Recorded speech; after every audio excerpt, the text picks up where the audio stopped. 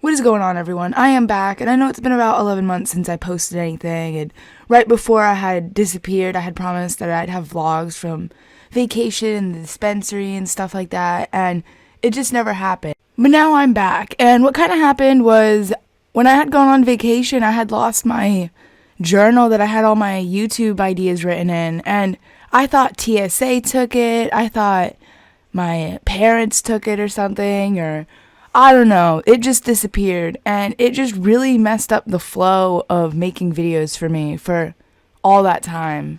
And during that time, I had this mushroom experience, and it was like 0.25, a microdose, it wasn't that much, and it just like really opened my eyes as to who I am and my interests and what I really want to do in life, and it was just a really eye-opening experience. But I'm gonna save that for another day, another video.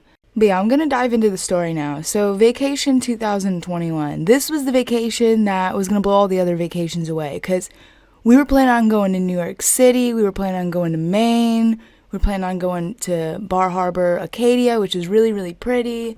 We were going all over the place in Cape Cod, and going to some other places in Massachusetts, and just going up the East Coast, the Northeast, and I was really looking forward to going to the dispensaries up there, because where I live, there's only medical, and I haven't gotten my medical card yet. I do now, but during the summer, I didn't have my medical card, so this was a big trip for me. This was really exciting for me. I felt like this was like the vacation, so I had to be prepared for a 5-day drive almost up to Massachusetts and then up to Maine. So even though I was going up to the dispensary in Massachusetts first, I needed to bring some stuff. So I brought some Delta 8 tincture, I brought 10 joints of Sunday Driver, probably one of my favorite strains, and I brought literally two brownies, 2 homemade weed brownies, and a few grams of dabs for my Puffco. And I just had the Puffco pen, not the whole like dab rig that's like $240. But I also brought a 6-pack of Trulies, so I was pretty set. I was hoping that this would tide me over until we got to Massachusetts, where I was going to go to my first dispensary and re-up. So all of day one, we were on the road, and I was sitting in the back. I wasn't driving.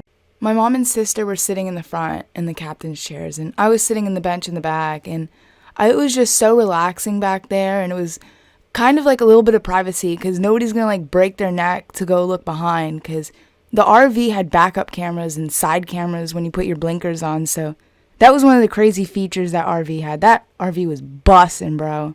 And I could get high off my Puffco sitting back there and nobody would know, and it was just so cool. And I didn't even need to zero my hits because it didn't smell and the vapor dissipated really quickly.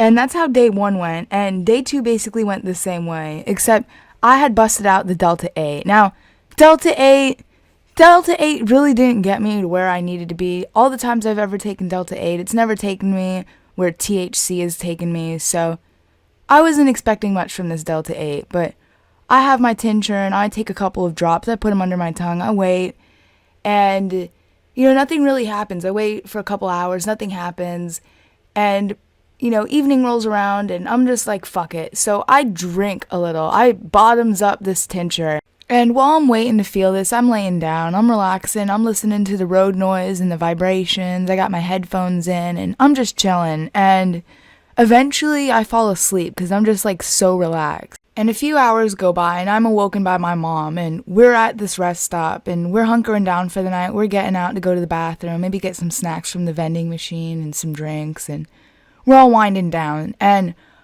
I sit up, and I realize how high I am, and I realize it's the Delta 8 that's made me so high, and it like hit while I was asleep, so I woke up high. I've never woken up high before. This is the only time I think I've ever woken up high from like an edible or something like that that's weed related. And I've only had Delta 8 a handful of times, and it's never felt like this before. It's always been boring, a little relaxing, and I would normally smoke like a joint afterwards. Because to me, Delta 8 was so boring, but this time I had a euphoric, heavy body high, and it felt really good. Like I felt like I was on a different drug, like I was on opioids or something, like I was that relaxed. I was just not expecting that from Delta 8, but eventually I fall asleep, and the next day happens, and the next day we drive some more, and we end up at our first destination of the vacation, and that would be Cape Cod, Massachusetts. So the first thing we did was we had this reservation at this campground, and it was a really nice campground, and it was right next to the dispensary. Like, the dispensary was a few blocks away. So I walk up to the dispensary, and the first thing I see when I get there is this security camera that they have like right by the door, and it's like facing the people who are walking, and basically you had to show your ID to the camera before they even let you into the dispensary. So I do that, I walk in, I have to show my ID again, and I already knew what I want. I was looking at weed maps for months before this trip, trying to figure out what I was gonna get, and I settled on some live resin, a bunch of edibles, and some bubble hash. I've never had bubble hash before, and I've never had a high quality concentrate like live sugar. I didn't buy any bud because it was so taxed. I had paid $80 for the live sugar and $60 for a gram of the bubble hash. So I was getting taxed out there. I even had an out-of-state tax on top of state taxes and regular taxes. I paid like $40 in out-of-state taxes, which really sucked, but I really wanted the experience, so I wasn't upset about it. So fast forward several hours, and I'm sitting in front of the campfire. It's nighttime. I've got my marshmallows, I got my s'mores, I got my joint, I got my Trulies. I'm chilling. I didn't want to be anywhere else, and at this point in the evening, everybody had gone to sleep. Everyone was asleep. All the campers had gone to sleep, so I wasn't going to worry about disturbing people with the smell or anything like that, because even though it was legal in Massachusetts, you couldn't smoke at the campgrounds because they didn't want people even smoking cigarettes, never mind weed. So that was that. I enjoyed my campfire, I enjoyed my joint and my Trulies, and then I went to bed. Now the next day, basically the same thing happened, and the day after that, we were headed to Maine. Before we had even gotten on the road, I had already eaten like an entire package of edibles, and I was just knocked out for the entire day until we had arrived in Bar Harbor, Maine. So we arrive at this campground, and it's almost dark out, but I'm getting out of my slump, and I'm like, okay, well, I need to go find somewhere to smoke. This place is beautiful. It was like by the beach. You guys just gotta look up Bar Harbor, Acadia. Like, it's just so beautiful up there. Perfect place to smoke. And I was looking for somewhere to smoke, so I'm taking my walk. I walk about 10-15 minutes, and I end up at the other end of the island, or it was kind of an island. I don't really know. I can't remember, but I walked to the end of like where the water is, because there was the inland, and then there was like islands, and then there was the ocean, and this was like the islands. So that's where I was. So I walked at the end of that, and I was sitting on the rocks, and I could see other islands, and then like if I looked in the right direction, I could see the ocean. So that's how it was. And I was sitting on this rock. It was getting really dark out, and I had gotten my bubble hash, I had gotten a joint, I was smoking my joint, and then it got dark. So I was sitting on the rock, and I was hitting my bubble hash, and I guess I can't remember if a boat went through, but the waves just started going crazy. Everything started sloshing. It was like when you're a little kid and you're sitting in the bathtub and you're moving all the water around all crazy. It reminded me of that, and I got up so fast. I had jumped off that rock and got back onto the land. I was so scared for some reason. I had so much anxiety because of that. I thought I was going to fall into the water and like die.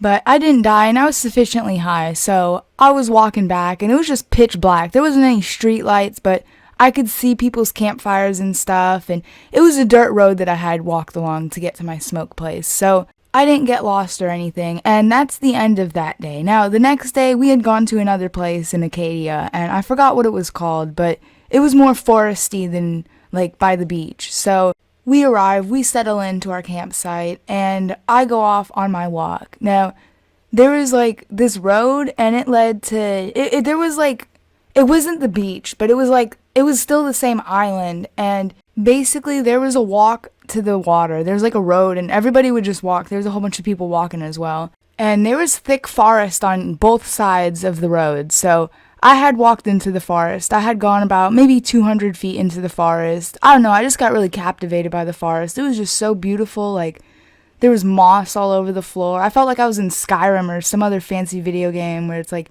really scenic landscapes and shit. And eventually I find a spot where I can sit down on like this log or something. And this is just one of the most memorable smoke sessions I've had. It was just so beautiful in that forest.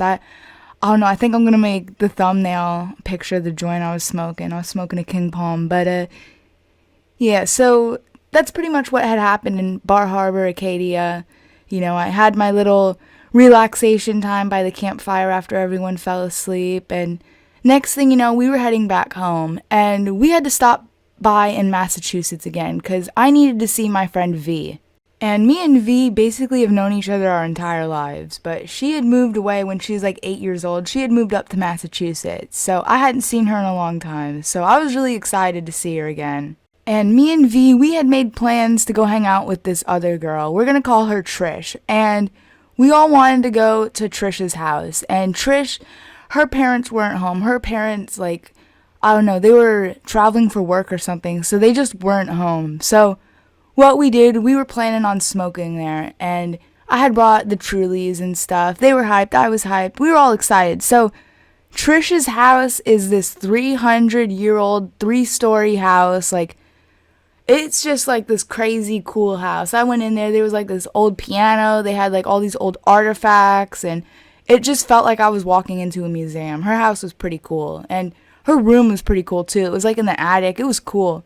And the 3rd story was like built out of like wood. The dad had built it, and we were smoking up there. It was really cool to smoke in a 300-year-old house up on the 3rd story and just look out on like to the road and the forest and stuff. Now, the story doesn't end there. We get back on the road, we say goodbye to V and Trisha, and we head south. Now, we were planning on going to New York City, but it just got way too violent. And I know New York City is always violent, but for some reason this year my mom was like, no, we're not going. It's too violent. And I was pretty disappointed. I really wanted to smoke in Times Square. Like, weed was legal there, and it was the only place on the East Coast where you could really legally walk around with your joint.